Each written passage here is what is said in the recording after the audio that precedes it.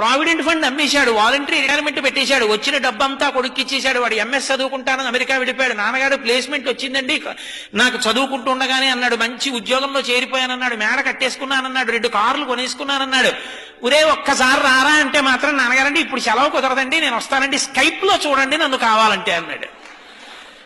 ఎప్పుడో వస్తాడు వాడు, ఉన్నదంతా వాడికి ఇచ్చాడు. ఒరే నాకు ఇస్తావా అని అడుగుతాడా తండ్రి? అడగడు. ఆ పెంకుటింట్లో ఉంటున్నాడు. నాన్నగారండి విమానం అంత కారు కొనుక్కున్నానని ఫోటో పంపించాడు.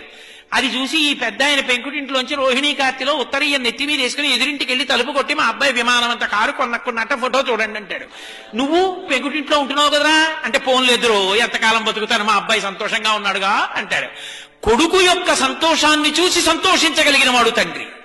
తను సంతోషించి కొడుకు సంతోషించాలనడం అది తండ్రితనం అంటే.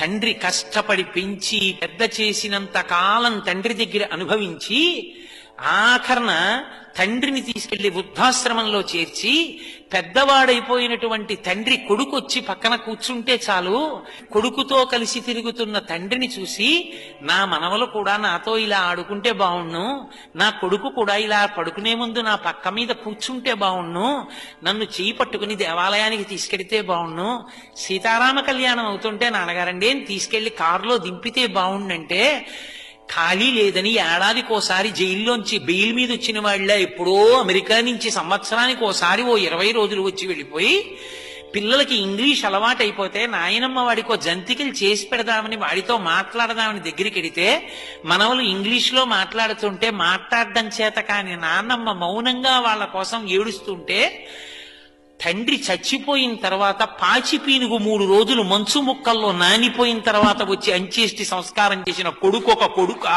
వాడి సంపాదన ఒక సంపాదన. తండ్రి పక్కన కూర్చున్నవాడు తండ్రిని సంతోషపెట్టినవాడు కొడుకు. విదేశాలు వెళ్ళొద్దంటలేదు, ఉద్యోగాలు చెయ్యొద్దంటలేదు, కానీ తల్లిదండ్రులు పెద్దవాళ్ళు అయిపోయిన తర్వాత వాళ్ళ సంతోషాన్ని తీర్చడం కూడా కొడుకుల కర్తవ్యం. కొడుకు లాంటి వాళ్ళు చాలా మంది ఉండొచ్చు, కూతురు లాంటి వాళ్ళు చాలా మంది ఉండొచ్చు, కానీ కన్న కడుపున పుట్టిన కొడుకు కొడుకి. వాడికి ఆ కర్తవ్యం లేనప్పుడు వాడికన్నా ఇంట పెరుగుతున్న పెంపుడు కుక్క మీద.